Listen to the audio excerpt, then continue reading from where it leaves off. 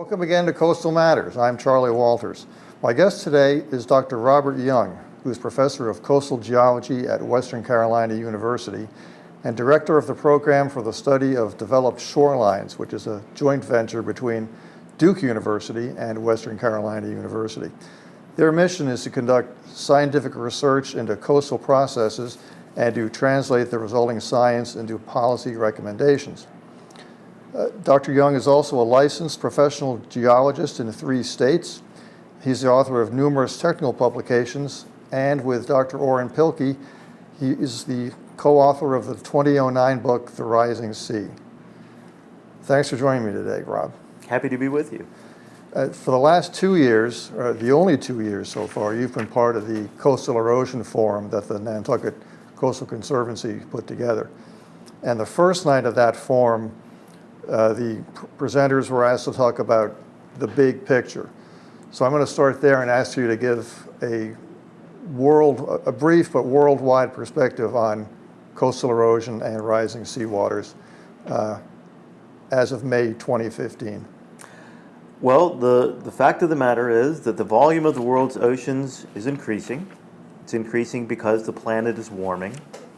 So when the planet warms, you add water to the oceans both by melting ice on land and by thermally expanding the upper layers of the ocean. So the volume of water in the ocean is increasing, and that causes sea level to rise with respect to the world's shorelines.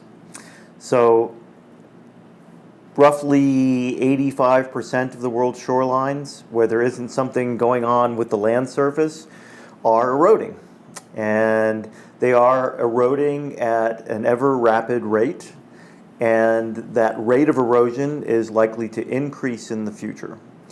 And I guess the big picture take-home message from that, if you're in a coastal community, especially if you're on an island surrounded by shorelines, is that all of the coastal erosion issues and coastal management issues that you have today are not going to go away.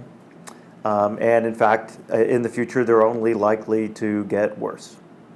Now you say 85% of coasts are eroding right now. Just out of curiosity, where are those 15%?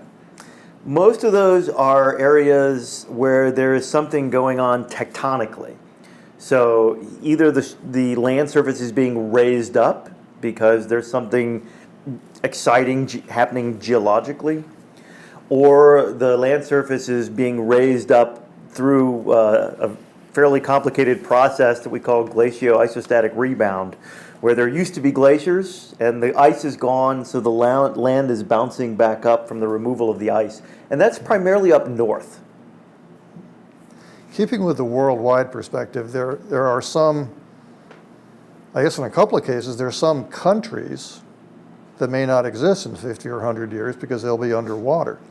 There's a country in the South Pacific, I want to say Vanuatu, but that might not be the right country or the right pronunciation. Well, there are a number of Pacific Island atolls that are at extreme risk for continued rising sea level. And, they don't have to become submerged to be uninhabitable.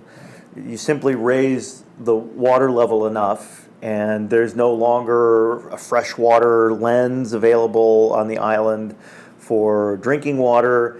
Agriculture won't work anymore because you're getting salinization of the groundwater, and abandonment is forced not simply because you have storms and the whole place is submerged, but because rising sea level causes a lot of ancillary problems, not just coastal erosion.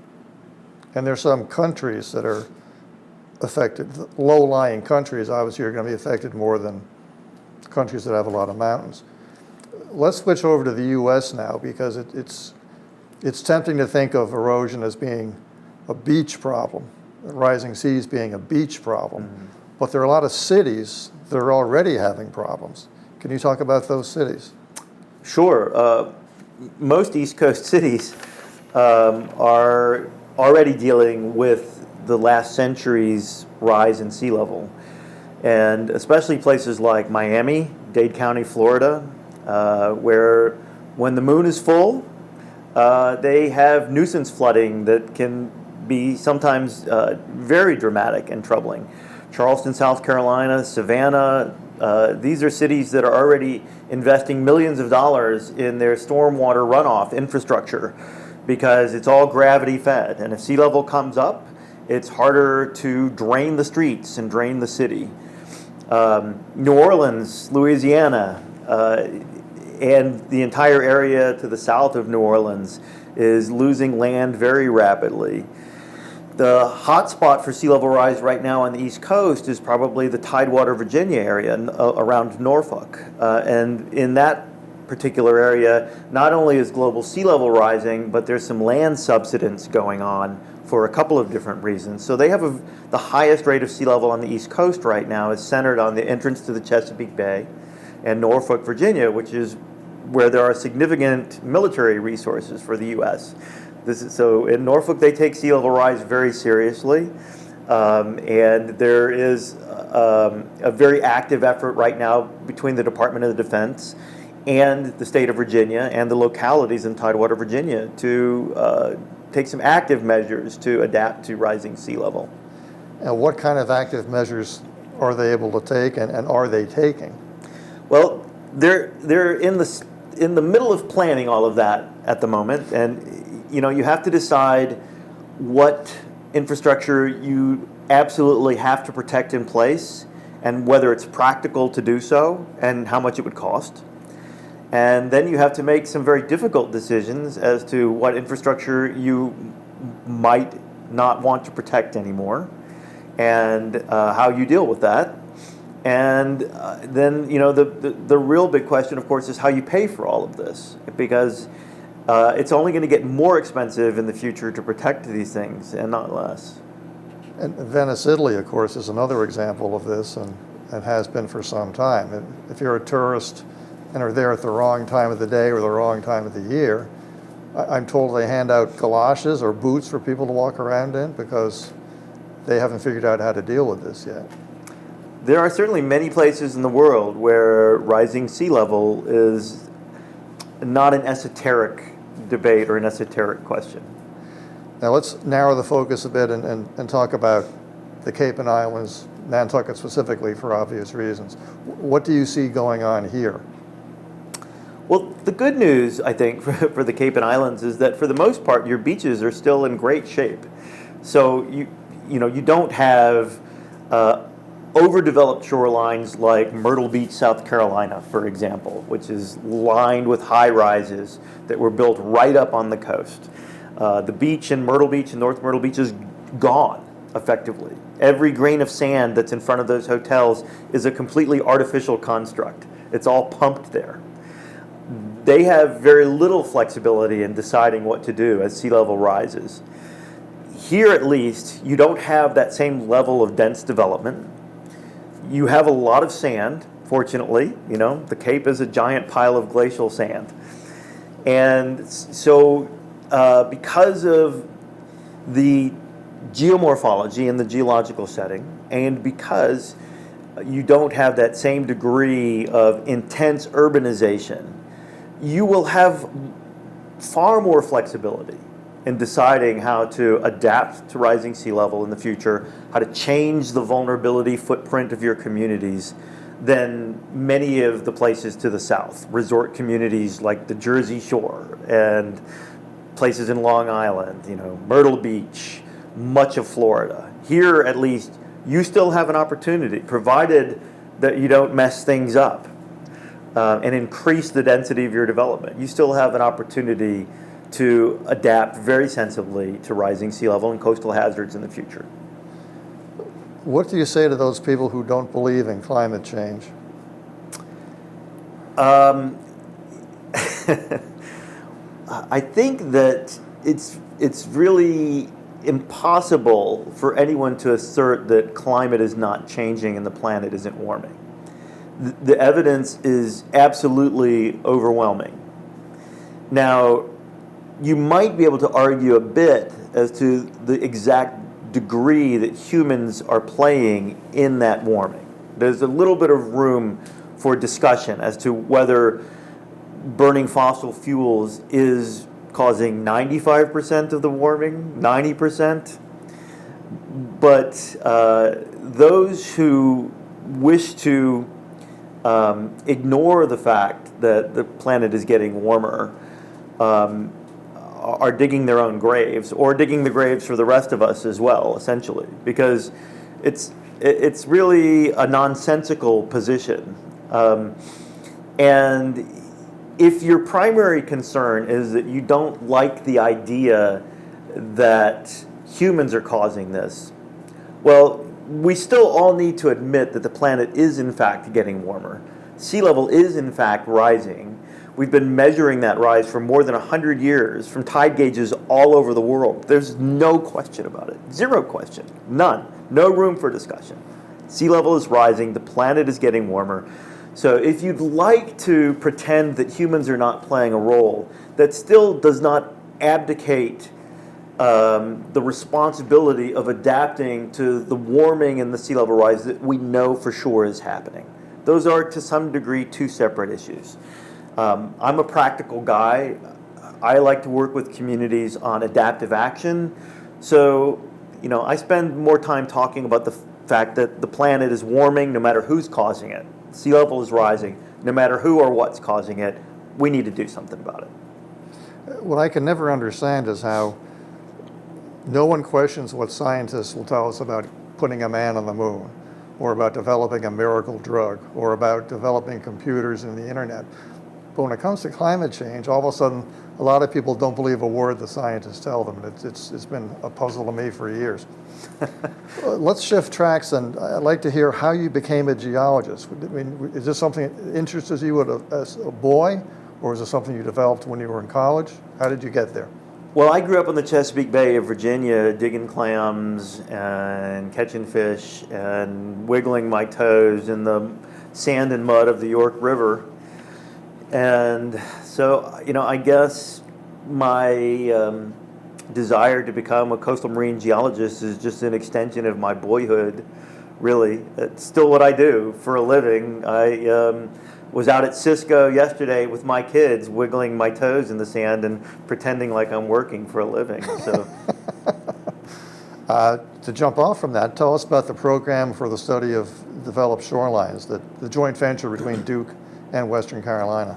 Well, the program was founded at Duke University more than 25 years ago now by a man named Orrin Pilkey, who's arguably one of the world's most renowned coastal scientists. And you're co-author, as I said, of The Rising State. And co-author of the book with me. And just under 10 years ago, Orrin retired and was looking for a replacement. And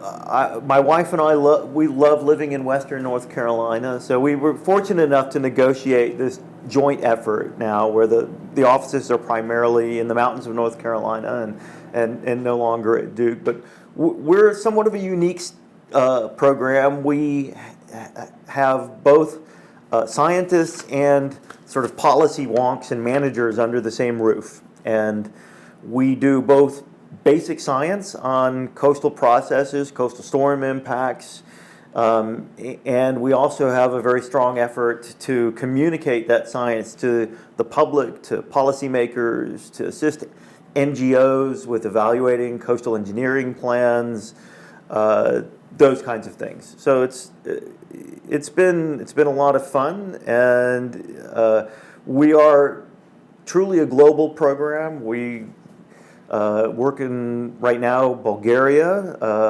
We've worked in Morocco. We're doing work in the Caribbean and Central America and all over the U.S.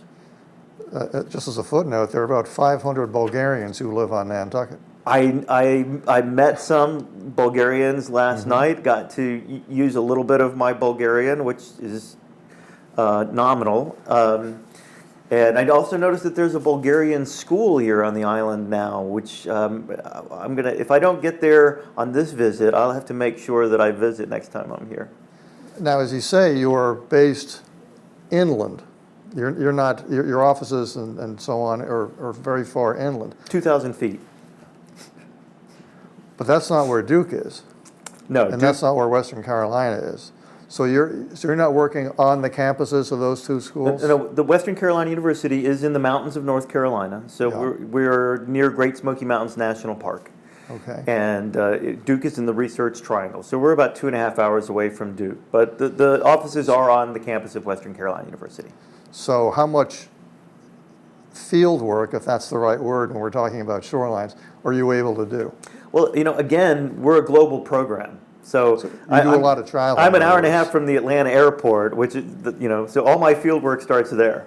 So you've traveled, I assume, all over the world studying all this. Yes. Where have you been and what have you seen? Oh my gosh. That could be a mini series. Well, let's talk about, since a lot of the viewers will be Bulgarian, let's talk about Bulgaria. Well, 2 years ago, I spent a Fulbright in the city of Varna on the Black Sea coast of Bulgaria. Spectacular place. And I was working with the Bulgarian Institute of Oceanology to help them develop some basic ways to monitor the rate of development of their shoreline. We still have a very strong partnership with the Institute of Oceanology of the Bulgarian Academy of Sciences. I brought my family. We spent 6 months living in Bulgaria and visited the entire coast and just had a great experience, hoping to have some of the Bulgarian scientists with us in the program for the study of developed shorelines probably next summer, also on a Fulbright exchange. And it's the kind of work that we hope will continue long into the future. Tell us about another place you've been. Most recently, I guess in November, I spent 3 weeks in Australia visiting with the government of New South Wales, and we are trying to, what's the best way to say it, swap stories. They have a very different approach to us. In New South Wales, they don't believe in spending any public funds in protecting any private property on the ocean. So they're not going all around paying for beach nourishment projects, building seawalls, things like that. They are, very much trying to create some sort of an environment where the free market is going to establish whether or not homes can remain on the ocean front or not. At the same time, they have a very strong ethic for protecting that beach. So the private interests are not allowed to destroy the beach in order to protect their property. But the government isn't rushing in, spending hundreds of millions of dollars a year trying to hold shorelines in place to protect private property either, which tends to be the model in the U.S. And we're also beginning to work with the government of New South Wales and New South Wales parks on ways to assess coastal vulnerability. We have a big project with our own National Park Service here in the U.S. where we're doing vulnerability assessments for every national seashore, every historic monument that's sea level rise vulnerable, and we're developing partnerships in Australia to do that sort of simultaneously. When you leave Nantucket, where are you headed? Back to North Carolina? Back to North Carolina for a night, and then down to Gulf Islands National Seashore, where we will be working with our National Park Service partners on the project that I just described to you. Have just completed a vulnerability assessment for Gulf Islands National Seashore, which, for those who don't know, it includes the Florida Panhandle and several barrier islands off the coast of Mississippi. So you spend more time away from home than at home, it sounds like. Unfortunately, that's often too true, which is why when I can, I bring my family with me, and my family's here with me in Nantucket right now and having a great time. Dr. Robert Young, thanks very much for joining me today. My pleasure. For Coastal Matters, I'm Charlie Walters. Thank you for tuning in. Please join us next time.